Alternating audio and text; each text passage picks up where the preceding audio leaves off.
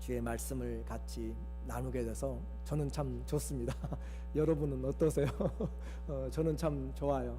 그래서 하나님의 은혜를 나누는 것 쉽지 않습니다. 오늘 아침에도 우리 김부덕 권사님 전화하셔서 어젯밤에 돌아가실 분 하셨다고, 그렇게 여름에 잘 못 드시고 그러셔서 어제 저녁에 미역과 또 오이 생채를 좀 이렇게 하시다가 잘못 하셔가지고 거의 힘드셔가지고 돌아가실 뻔하셨다고 전화하셔서 못 나오셨어요. 그분만 제가 예로 들었지만 우리 중에는 이와 같이 오고 싶어도 못 나오신 분들도 있고, 그래서 오늘 같이 예배드리는 것이 얼마나 감사한지, 오늘 주의 사랑이 우리 모두에게 있기를 예수님의 이름으로 축원합니다. 아멘.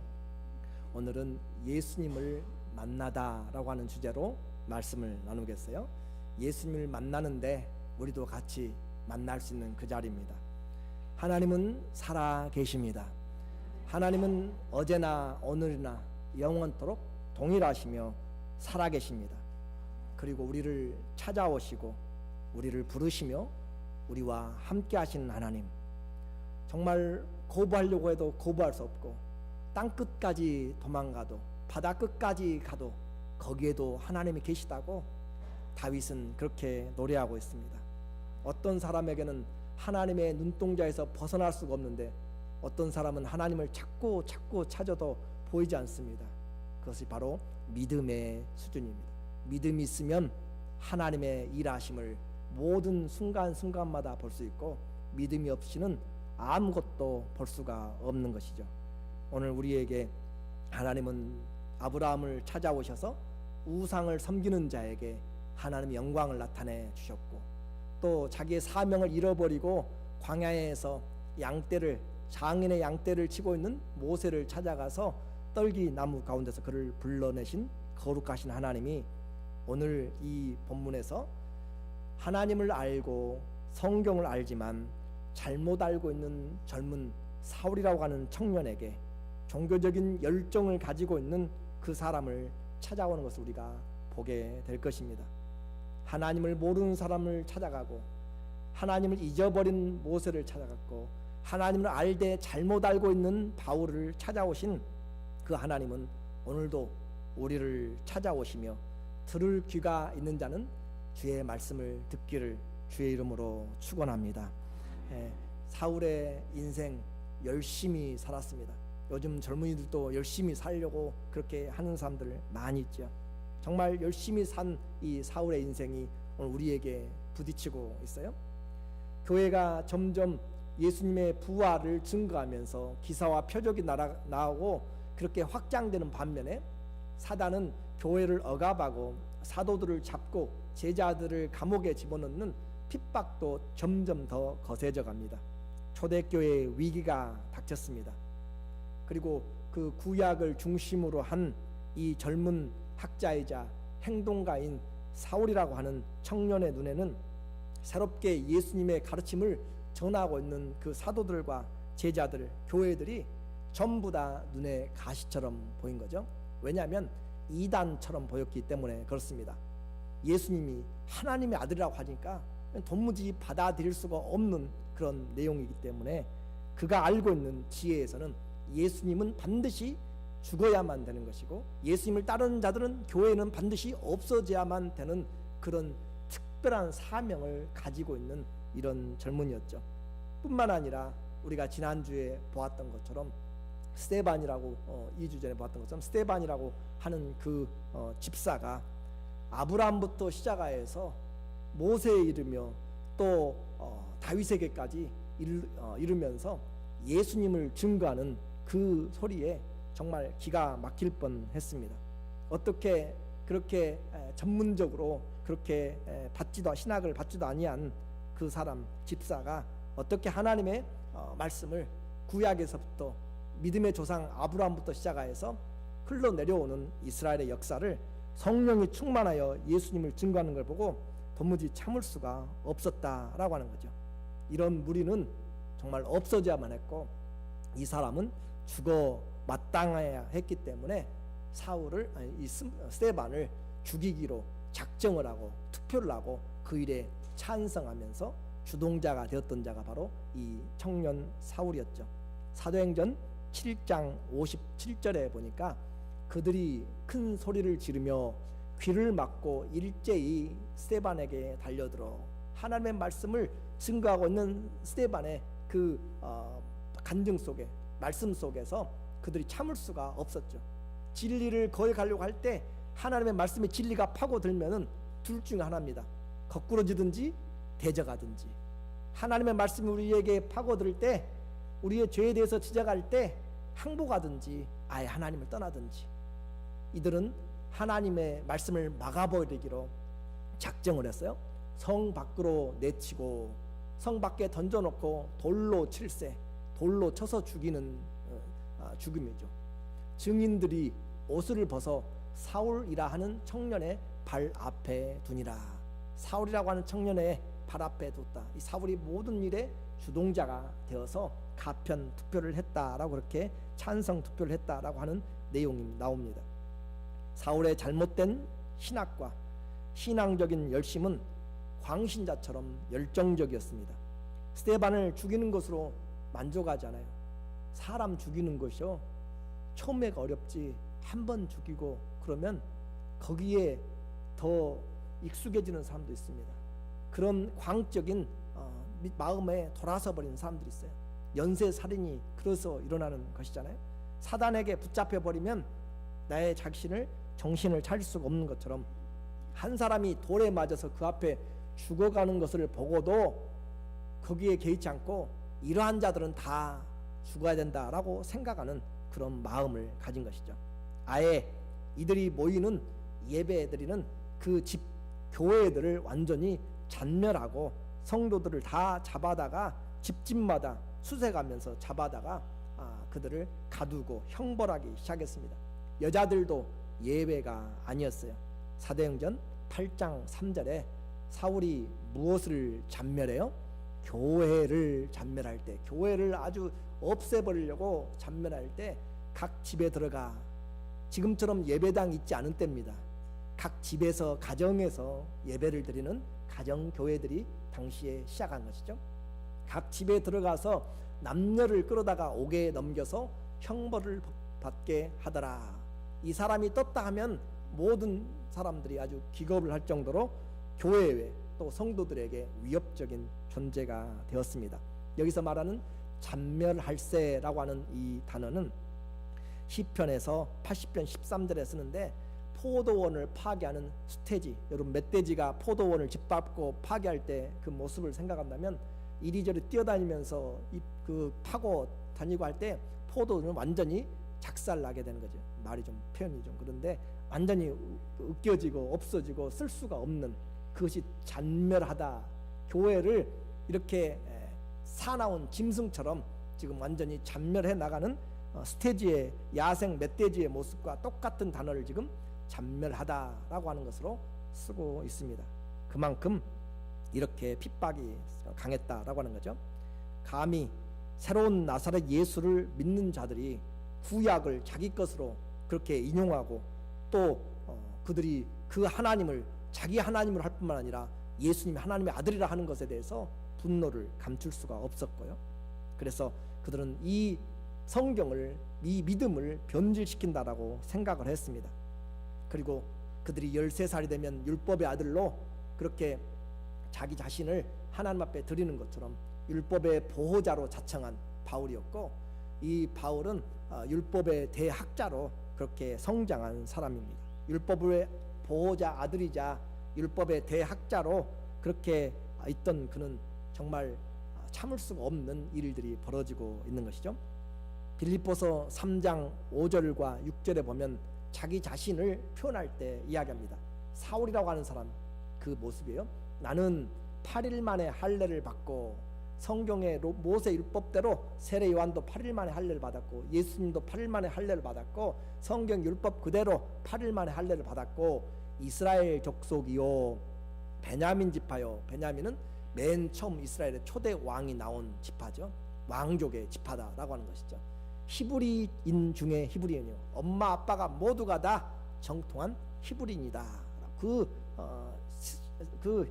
피는 순수한 히브리인 중에서 히브리이다 라고 그렇게 말을 하고 있고요.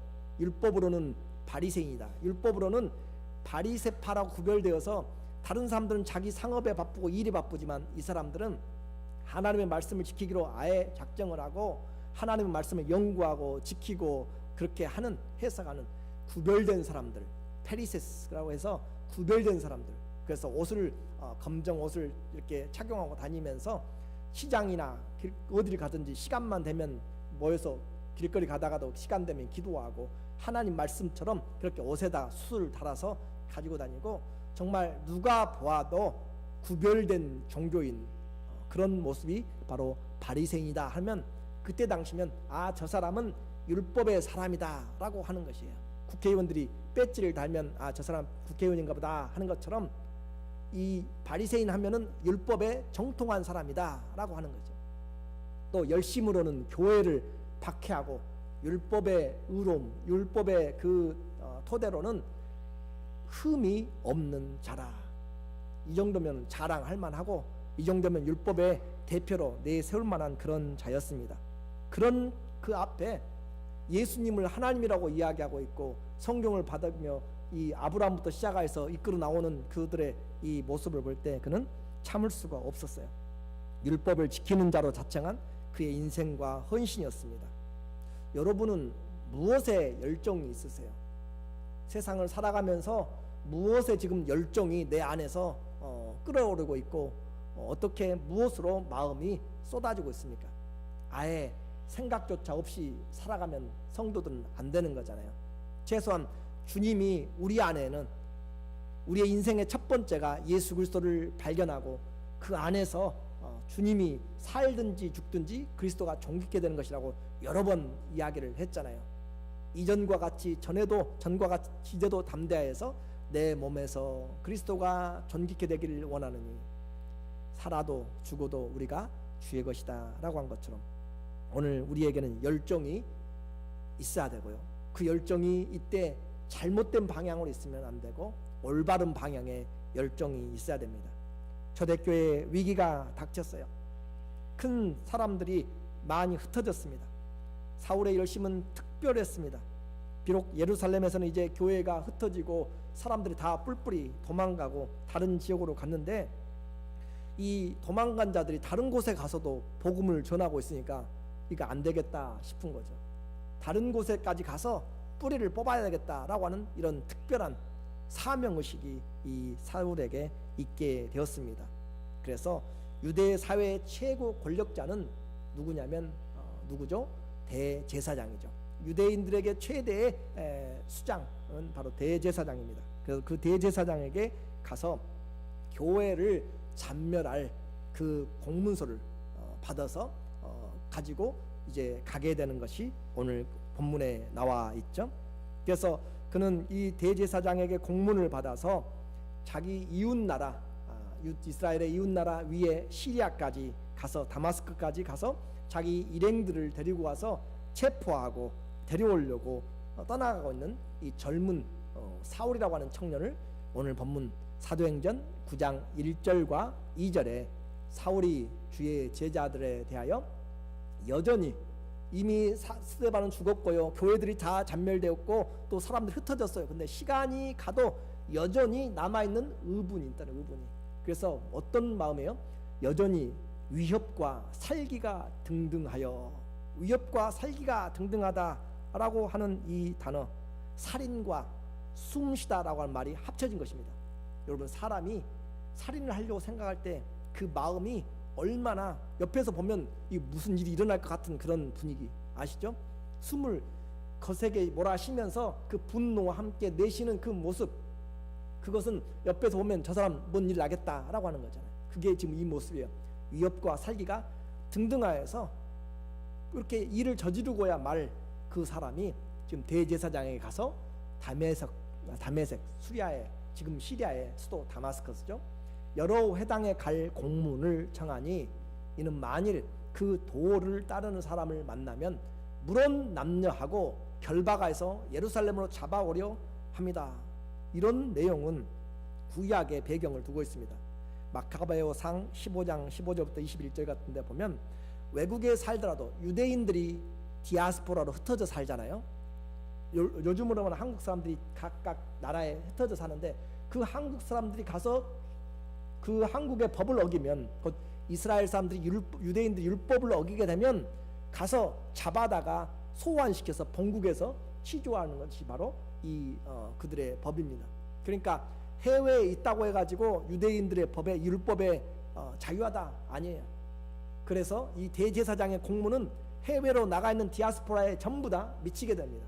그러니까 그 공문을 공식적인 법원의 영장, 그 체포 영장을 가지고 지금 시리아까지 가서 그들을 잡아오려고, 결박하여서 예루살렘까지 끌어오려고 그것을 가지고, 여기서 말하는 공문은 편지들을 이야기해 복수들로 되어 있습니다. 그래서 여러 회당들에게 소개장과 위임장과 체포 영장 같은 것이겠죠. 그것을 가지고 가면서 가서 다 잡아오겠다라고 하는 것이죠. 본때를 보여주기 위해서 이제 이 팀을 선발하여서 다마스커스로 가는 길을 한시가 바쁘게 지금 달려가고 있는 그 모습을 우리가 보게 되는 거죠. 이 일들을 지금 보고 있는 유대 종교자들, 지도자들은 지금 사울이라고 하는 청년의 열정에 감동을 지금 받고 있는 거잖아요. 야, 우리가 인재 하나는 제대로 골랐다. 이 사람 우리 유대교의 장래가 촉망되는 사람이다. 외국에까지 가서 잡아올 정도로 그런 열정을 가지고 그 유대교의 장래를 낙관했을지 모릅니다. 그리고 반대로 다마스커스에 살고 있는 사람들, 그 사람들은 이 사울이라고 하는 사람이 특별 검사팀을 지금 꾸려가지고 오는 거잖아요. 지금 본국에서 해외로 나가 있는 유대인들, 그 사람들, 예수 믿는 자들 잡기 위해서 지금 특별 수사대가 와서 지금 체포영장을 가지고 오고 있다는 소식을 들었을 때 그 사람들은 어떻게 하겠는가? 뭐 멀리 갈 필요 없이 요즘 이 미국에서도 불법 체류자, 예를 들어서 잡으려고 행정부에서, FBI에서 그 수사력을 동원해가지고 특별팀이 전담반이 구성돼가지고 이 워싱턴 DC로, 워싱턴 이쪽 주로 오고 있다면, 시애틀로 오고 있다면 이 지역 일대는 아주 쑥대밭이 지금 되고 긴장하고 도망가고 아주 분위기가 살벌할 그런 내용이죠. 그와 같은 지금 모습에 이 사울이 지금 자기 팀들과 함께 다메섹을, 교회들을 압수수색하려고, 성도들을 잡으려고 지금 오고 있는 것이죠. 예루살렘에서 다마스커까지의 거리는 250km 정도 됩니다. 그래서 한 5일 정도, 안 그러면 7일 정도, 우리가 말할 때 250km지 옛날 길이야 뭐 말 안 해도 아시겠죠? 구불구불 해가지고 가는 것이니까. 그리고 보통은 말을 타고 갈 수가 없습니다. 유대 지역은 산지가 많고 그래서 말 타는 사람들은 어리석은 사람들이에요. 그리고 낙타를 타고 많이 가게 되죠. 그리고 또 낙타도 가지 못하는 것들도 많이 있고, 아무튼 팀들이 가게 되는데 드디어 다마스커스에 그 자기가 이 살기가 등등하여서 가고 있는데, 다마스커스에 가까이 왔을 때 문제가 터졌습니다. 전혀 예상치 못한 일이 지금 이 다마스커스 가까이 왔을 때 생겼어요. 오늘 사도행전 9장의 9장 3절에서 우리에게 말합니다. 다 같이 한번 읽어볼까요? 사울이 길을 가다가 다마섹에 가까이 이르더니 호련히 하늘로부터 빛이 그를 둘러 비추는지라. 거의 다 그 힘들고 어려운 과정을 끝내고 거의 다 왔어요. 그런데 갑자기 서든리, 갑자기 하늘로부터의 강한 빛이 사울 그 일행들을 둘러 비췄습니다. 정오의 해보다도, 오늘도 이 안에 불을 켰는데 밖에서 들어오니까 너무 어둡다고 그렇게 사모가 또 이야기를 해요. 아니, 다 켜도 어두워요. 왜냐하면 밖이 너무 환하기 때문에. 그런 것처럼, 그런데 이 밖에도 환한데, 그런데도 불구하고 이 낮보다도 더 밝은 빛이 사울을 둘러 비쳤을 때 그들은 놀라운 환경에 엎드려질 수밖에 없었습니다. 이 일은 그의 인생에 지금 기억될 만한 것이었고, 그래서 그는 사도행전에서 3번씩 자기의 변화된 회심을 이야기합니다. 사도행전 22장 6절에 보면은 가는 중 다메섹에 가까이 갔을 때 오정쯤 되어, 여기서는 시간까지 이야기를 해줘요. 정오쯤 되어서 갑자기 호련히 하늘로부터 큰 빛이 나를 둘러 비치매, 사도행전 26장 13절에서 아그리빠 왕 앞에서도 그가 또 다시 이 이야기를 합니다. 왕이요 정오가 되어 길에서 보니 하늘로부터 무엇보다 더 밝은 빛이에요?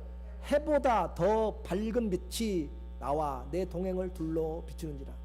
그의 인생에서 그와 같이 밝은, 정말 이 유대의 또 그 시리아의 그 낮은 정말 밝은 낮이에요. 그런데 그것보다도 더 밝은 큰 빛이 그를 둘러 비췄다. 하나님이 사울의 인생에 찾아오신 것입니다. 정확히 말하면 하나님이 지금 사울의 길을 가로막고 서 있는 것입니다. 강렬한 빛 때문에 그는 땅에 엎드러졌습니다. 그리고 그 빛 가운데서 소리가 들렸습니다. 그 빛 가운데서 마치 모세가 떨기나무 앞에 섰을 때 내가 선 곳은 거룩한 곳이니 내 신을 벗으라 라고 하던 하나님의 말씀처럼 오늘 갑자기 빛이 임하였고 쓰러진 그에게 그 빛 가운데서 말씀이 들려와요. 이건 초자연적인 하나님 그 기억 같은 일들이 일어나는 정말 기절초풍할 일이지 않습니까? 한밤중도 아니고 정말 대낮에, 그것도 혼자 있는 것이 아니라 많은 일행들과 함께 늙고 치매 걸리고 그런 것도 아닌데 젊은 청년에게 지금 이 사건이 터졌습니다. 땅에 엎드려 들으니 소리 있어 가라사대 사울아 사울아 내가 어찌하여 나를 핍박하느냐 하시거늘. 생각할 수가 없는 일이죠. 이제까지 경험해 본 적도 없습니다. 내 인생을 살면서 이게까지 이런 일이 없었다라고 하는 것이었고 다른 사람에게도 들어본 적이 없는 일이 지금 사울에게 일어났습니다. 해보다 더 밝은 빛도 본 적도 없고요, 초자연적으로 보이지도 않는데 사람도 없는 곳에서 소리가 들린 것도 들은 적도 없습니다. 뿐만 아니라 거기에 더 중요한 것은 자기 이름을 정확하게 부르고 있는 거죠. 사울아 사울아 네가 어찌하여 나를 핍박하느냐라고 하는 그 말에 그는 어떻게 할 수가 없었습니다. 그래서 이 도대체 누가 어떻게 알고 지금 나를 부르고 있는가, 그는 생각할 수밖에 없었습니다. 5절에 그가 말합니다. 대답하되 주여 미시오니까. 주님, 그에게 주라고도 말하지 않았어요. 주님은. 그런데도 불구하고 그 큰 광경에 사로잡혀서 퀴리오스, 주님이란 거죠. 주인이란 말이죠. 메스터란 말이죠. 로드란 말이죠. 주님 도대체 누구십니까? 라고 그렇게 그가 물어봅니다. 그리고 예수님의 말씀이죠. 나는 네가 핍박하는 예수라. 사울의 인생이 완전히 바꾸어져 버리는 말씀을 지금 듣게 된 것입니다. 사울은 이제까지 율법 아래서 배웠습니다. 율법 아래서 가르쳤습니다. 그리고 최고의 뛰어난 가말리엘 학문에서 최고의 스승이 된 랍비입니다. 그런데 하나님에 대한 경험과 성경에 대한 것들은 그를 따를 자가 없을 정도로 그렇게 박학다식한 그에게 오늘 하나님의 말씀 안에서 핍박하였던 그 교회, 그리고 그 예수님이 말씀하시는 나는 네가 핍박하는 예수라 라고 하는 그 한마디에 완전히 무너졌습니다. 그렇게 자신 있게 예수님 믿는 사람들을 잡았고요, 그리고 죽이기까지 하고 감옥에 집어넣어서 형벌까지 받게 하고 지금은 이제 또 다른 나라까지 가가지고 잡아오려고 이 체포영장까지 가지고 가고 있는 그에게 지금 이 한순간, 정오의 한 이 순간은 그의 인생의 길을 막아버렸고 그의 말문을 막아버렸고 그의 모든 것들을 서럽게 하게 되었습니다. 주님의 말씀 한마디입니다. 도대체 누구십니까? 주여 누구십니까? 나는 네가 핍박하는 예수라. 에고 에이미 예수스라고 하는 헬라어죠. 그래서 I am Jesus whom you are persecuting. I am Jesus whom you are attacking. 네가 공격하고 있고 네가 핍박하고 있는 예수다라고 그렇게 주님이 말씀합니다. 주도권이 완전히 바뀌어져 버렸습니다. 성경에서는 사울이 예수님을 직접적으로 핍박했다고 하는 것들은 하나도 나타나지 않습니다. 사울이 한 것은 교회를 잔멸했고 예수 믿는 사람들을 핍박했지 예수님을 핍박한 적은 없어요, 직접적으로. 그런데도 불구하고 예수님은 지금 네가 나를 핍박하고 있다라고 하고 그렇게 말씀을 하는 것이죠. 그래서 사울이 핍박한 것은 교회입니다. 사도행전 8장 3절과 26장에 보면 사울이 교회를 잔멸할 때 각 집에 들어가서 남녀를 끌어다가 옥에 넘겼고요. 26장 9절에도 나도 나사렛 예수의 이름을 대적하여 범사에 행하여야 될 줄 스스로 생각하고 예루살렘에서 이런 일을 행하고 대제사장들에게 권세를 얻어 가지고 많은 성도를 옥에 가두며 또 죽일 때 내가 가편투표를 하였고 또 회당에서 여러 번 형벌하여 강제로 못 오가는 말을 하게 하고 저희를 대하여 심히 격분하여 외국 성까지도 가서 핍박하였고. 그러니까 그가 이와 같은 것은 전부 다 예수님 믿는 사람들이었지 교회였지 예수님을 직접적으로 대놓고, 왜냐하면 예수님은 지금 이미 부활하시고 그 땅에 계시지 않기 때문에 그렇죠. 그런데도 불구하고 주님은 지금 예수님을 누구와 함께 연결시켜서 말씀하세요? 교회가 나다라고. 나를 핍박하는 것이 내 몸을 핍박하는 것이고 나를 핍박하는 것이고 내 형제 자매들을 핍박하는 것이고 나를 핍박하는 것이다. 예수님은 성도와 예수님을 연결시켜서 이야기하고 있습니다. 예수님은 교회와 자기 자신을 연결시켜서, 그래서 교회는 예수님의 몸이다라고 이야기하시고 교회는 성도는 예수님의 지체다라고 그렇게 이야기를 하고 있습니다. 이것이 바로 주님 앞에 우리가 서 있는 위치입니다. 사람들은 모르고 사람들은 보잘것없이 볼지 몰라도 예수님은 우리를 주님의 몸으로 보세요. 예수님이 존귀하게 여기시는 몸이고 예수님이 바로 나 같은 자를 위하여서 사람을 위해서 자기의 생명을 내어놓고 구원하신 그 사랑을 입은 자가 바로 나입니다. 또 나만이 아니라 옆에 계신 우리 형제 자매들입니다. 존귀한 자들이에요. 정말 주의 은혜를 입은 자들이에요. 그런 자들을 우리가 마음에 상하게 하고 핍박하고 또 시험 들게 한다면 안 되는 것이죠. 그래서 나는 네가 핍박하는 예수다라고 그렇게 말씀하고, 이제 이런 사울의 악명은 이미 다 퍼졌어요. 사도행전 9장 13절에 보면 아나니아가 예수님의 제자죠. 대답하여 가로되 주여 사울에 대하여 내가 여러 인포메이션을 통해서 들어보니까 그가 예루살렘에서 주의 성도들에게 뭘 끼쳐서요? 적지 않은 해를 끼쳤다 하더니 우린 이미 봤죠. 집도 또 사람들도 사람 죽이는 것까지 전부 다 여러 사람들을 적지 않은 해를 끼치는 정말 포도원을 헐어버리는 그런 야생 멧돼지 같은 그런 잔인함과 사나움을 여러 사람을 통해서, 한두 사람이 아니라 많은 사람들이 그 이야기를 하고 있습니다 라고 하는 거죠. 그런 사울 앞에 예수님이 나타나셨습니다. 그리고 주님은 그 사람을 정죄하거나 저주하지 않습니다. 너 나를 그렇게 했어? 라고 하면서 하나님이 직접 손을 대지 않습니다. 오히려 그에게 사명을 주십니다. 9장 6절에 우리에게 말해요. 네가 일어나 성으로 들어가라.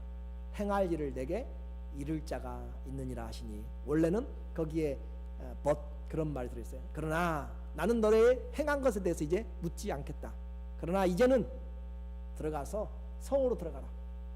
내가 너에게 할 일을 말할 사람을 준비해 놓았다라고 하는 거죠. 이것이 주님의 사랑입니다. 우리의 과거에 대해서 주님은 돌아온 자에게는 묻지 않습니다. 나는 다 덮어두겠다. 이제 너는 내가 해야 될 일을 하라. 내가 너에게 원하는 일을 하라라고 그렇게 말하고 있습니다. 오히려 그 저주가 아니라 심판이 아니라 순식간에 일어난 이 예상치 못한 일에 대하여서 사명을 주시고 하나님의 은혜를 베푸시는 거죠. 함께 있던 사람들, 그리고 그 사람들은 소리는 듣고 빛에 둘러싸여 있지만 도무지 무슨 일이 일어나는지 아무것도 알지를 못합니다. 신기하죠. 사도행전 22장 9절에 보면 히브리 말로 이야기를 하고 있어요. 나와 함께 있는 사람들이 빛은 보면서도 나더러 말하는 이의 소리는 듣지 못하더라. 26장에는 우리가 땅에 엎드러짐에 내가 소리를 들으니 히브리 방언으로 이르되, 한국말로 이르되, 요즘으로 이야기하면 사울아 사울아 내가 어찌하여 나를 핍박하느냐, 가시째를 뒷발질하기가 내게 고생이라. 이 말씀을 히브리 말로 그들이 알아듣는 말로 했는데 다른 사람들은 아무 소리도 알지를 못하더라. 오늘 9장에서는 소리는 들어도 한마디 내용은 무슨 말인지 아무것도 무슨 일을 하는지 알지 못하더라. 이게 무슨 말인가요? 왜 한국말로 했는데 안 들려요? 조는 사람 안 들리겠죠. 왜 한국말로 했는데 몰라요? 하나님이 사울의 이름을 정확하게 불렀습니다. 하나님과의 만남은 그냥 대충 도매금을 넘겨가지고 함께 되는 것이 아니라 1대1의 인격적인 만남이에요. 하나님이 우리를 부를 때, 나도 예수님을 부를 때 내 아들의 아버지가 아니고 나의 누구예요? 아버지요. 나의 아버지. 내 아들의 주님이 아니고 누구의 주예요? 나의 주가 안 되면 구원이 없어요. 잘 기억하셔야 돼요. 하나님과 우리의 관계는, 그래서 아내가 아무리 신앙생활 잘한다고 해서 치마폭 잡고 천국 못 간다고 그랬잖아요. 그렇죠? 내 아들이나 내 어머니의 주가 아니라 내 주님이 되지 않으면 안 되는 것이에요.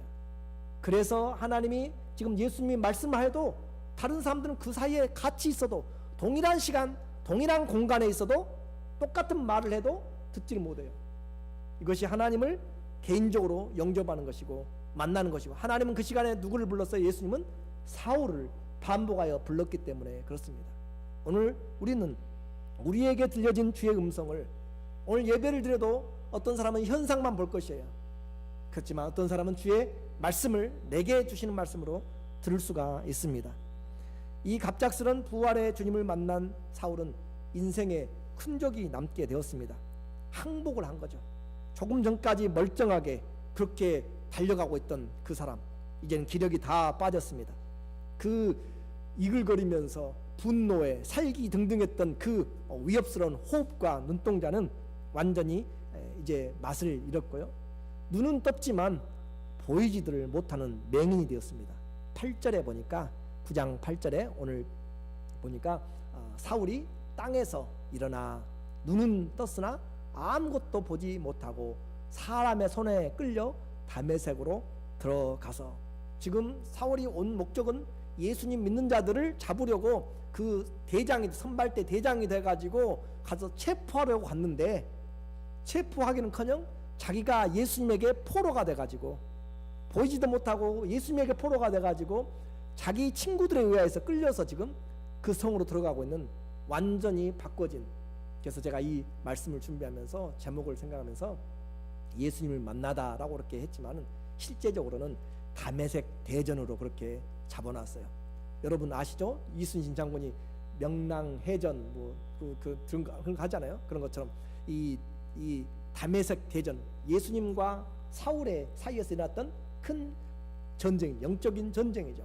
이 전쟁에서 사울은 완전히 패하였고 항복하였고, 예수님은 예수님의 은혜로, 하나님의 사랑으로 승리를 얻게 된 다메섹의 대전에서 장님이 되어서 성으로 이끌려가는 그런 모습이죠. 기력도 이제 마음도 다 사라졌습니다.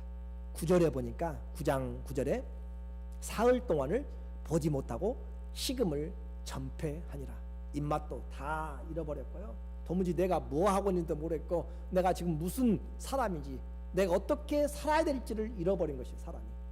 내가 이제까지 배워왔던 것이 한순간에 무너져 버렸고, 내가 앞으로 살아야 되면 뭘 붙잡고 살아야 될지도 이제는 모르겠고, 정말 요즘 말로 멘탈이 붕괴됐다 가죠. 정신이 벙 떠가지고 어안이 벙벙해가지고 뭘 해야 될지 모르는 상황에 되어버린, 사흘 동안 그는 식음을 전폐하고 갈 길을 잃어버린 정체성의 혼란이 온 것입니다. 이러한 증거로 그의 눈까지 완전히 시력 장애가 되었으니 그의 장래는 어떻게 할 것인지 인생의 방황이 지속되고 있는 것이죠. 아무도 설명해 주지 않습니다. 옆에 있는 사람들조차도 그 일들을 알지를 못합니다. 왜냐하면 그들은 주님을 만난 적이 없고 주님의 소리를 들은 적이 없기 때문에 다른 사람에게 해결될 수가 없어요. 이 청년의 인생은 어떻게 될 것입니까? 그런 사울에게 주님이 다시 찾아왔습니다. 한 집에 틀어박혀서 꼼짝도 안 하고 음식도 다 폐하여 버리고 자기 인생의 고민을 뒤집어 짜는 그런 사울에게 주님이 제자 아나니아를 보내셨어요. 사울에게 온 그 아나니아는 그 시간 그 상황에 있지도 않은 제3자죠. 다메섹 이 사건에 있지도 않았던 제3자가 와가지고 그 사건을 눈에 본 것처럼 이야기하고 그것이 왜 일어난지 목적까지 설명하고 그가 앞으로 해야 될 것까지 설명할 때 이것은 완전히 새로운 길이 열리게 된 것이죠. 9장 17절에 보니까 이제 아나니아가 예수님의 말씀을 듣고 사울을 틀에 박혀 있는 사울에게 찾아갑니다. 아나니아가 떠나 그 집에 들어가서 사울에게 안수하여 이르되 형제 사울아. 이 하루아침에 바꿔져 버린 것이에요. 주님을 핍박하던 자가 형제로 바꿔져 버린 것이죠. 이게 얼마나 놀라운 하나님의 은혜예요. 과거에는 핍박자였고 포행자였지만 그러나 하나님이 나를 충성되이 여겨 하나님의 일꾼으로 불렀고 하나님의 이 형제로 예수님의 형제로 우리의 형제로 불렀다라고 하는 거죠. 형제 사울아 주 곧 네가 오는 길에서 나타나셨던 예수께서 나를 보내어 너로 다시 보게 하고 성령으로 충만케 하신다 하니 즉시 사울의 눈에서 비늘 같은 것이 벗어져 다시 보게 된지라 일어나 세례를 받고 음식을 먹음에 강건하여 지니라. 하나님이 준비하신 사람 예수 그리스도의 은혜가 임하여서 주께서 가서 그를 다시 끄집어내며 회복시켜 주십니다. 이제 우리는 이제 결론을 내려야 돼요. 왜 주님이 직접 나타나 주셨는데 이제는 직접 가서 그에게 이 사건들을 다 설명하고 해주지 않는가? 왜 사울에게 나타나서 설명해 주지 않으시고 제자를 보냈는가? 오늘 이것이 하나님의 일하시는 방법입니다. 예수님은 오늘도 우리를 찾아오십니다. 아브라함에게 오셨던 하나님, 모세에게 나타났던 하나님, 또 사울에게 나타났던 하나님, 이제는 교회가 그분의 몸인 것을 이야기했죠. 성도들이 그분의 메시지인 것을 우리에게 이미 이야기를 했습니다. 그래서 사울처럼 분노에 사로잡힌 사람, 사납고 잔인한 짐승 같은 마음에도 찾아오시는데 사람들에게 영광의 하나님으로 나타나거나 떨기나무 불꽃 가운데 나타나거나 대낮보다 더 밝은 빛으로 사울같이 임하지는 않습니다. 이제는 그것 때문에 그렇게 안 했다고 해가지고 날마다 기도하고 그것 안 해준다고 해가지고 목매달고 하면은 성경을 또 오해하고 있어요. 성경은 잘 보아야 됩니다.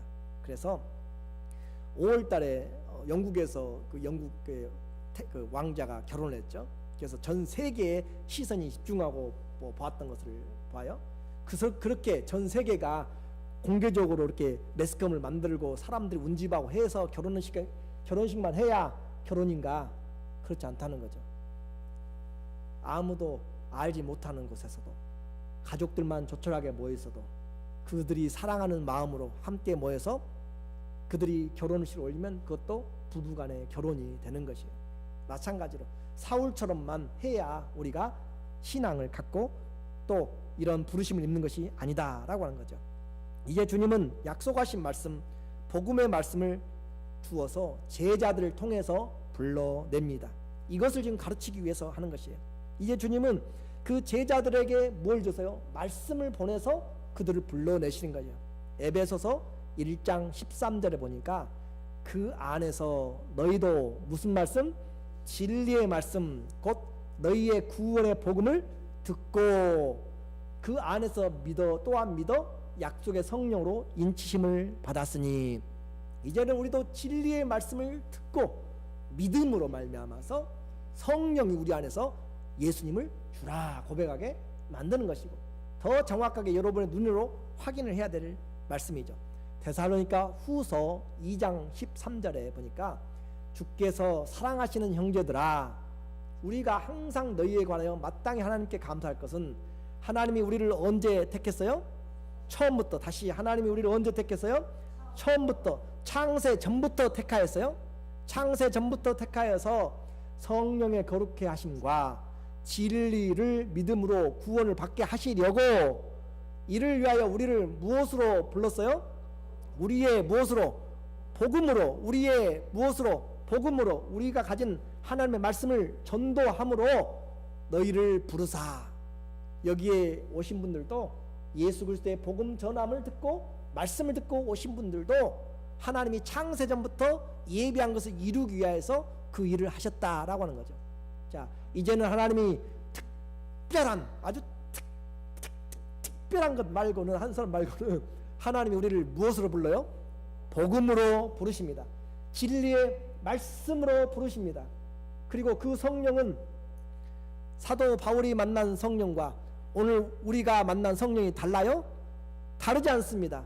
그가 받은 말씀이나 우리가 받은 말씀이나 동일한 말씀입니다. 그러므로 오늘 이 말씀은 우리 모두가 다 주의 보내신 자의 말씀을 받는 자입니다. 누가복음 10장 16절에 보니까 너희 말을 듣는 자는 곧 내 말을 듣는 것이요 너희를 저버리는 자는 곧 나를 저버리는 것이라. 이제 제가 오늘 왜 말씀을 전하는가? 예수님이 우리에게 하고 싶은 말씀, 우리의 인생에서 정말 주님 앞에서 올바르게 살아가도록 하나님의 말씀이 우리를 찾아와서 우리를 불러내시고 이제까지 살아왔던 방법에서 주님을 주인으로 모시고 주님이 하라고 하신 일들을 하라고 지금 이 말씀을 주님이 우리에게 말씀을 통하여서 우리의 이름들을 불러가면서 주님이 말씀하신 줄로 믿습니다. 주 예수의 말씀이, 주 예수의 부르심이 내 영혼에 있어서 이제 주님 말씀하신 대로 내가 주의 복음의 증거자가 되고 주의 말씀에 따라 순종하는 하나님의 사람들 다 되시기를 예수님의 이름으로 축원합니다. 아멘. 기도하겠습니다. 하나님 아버지,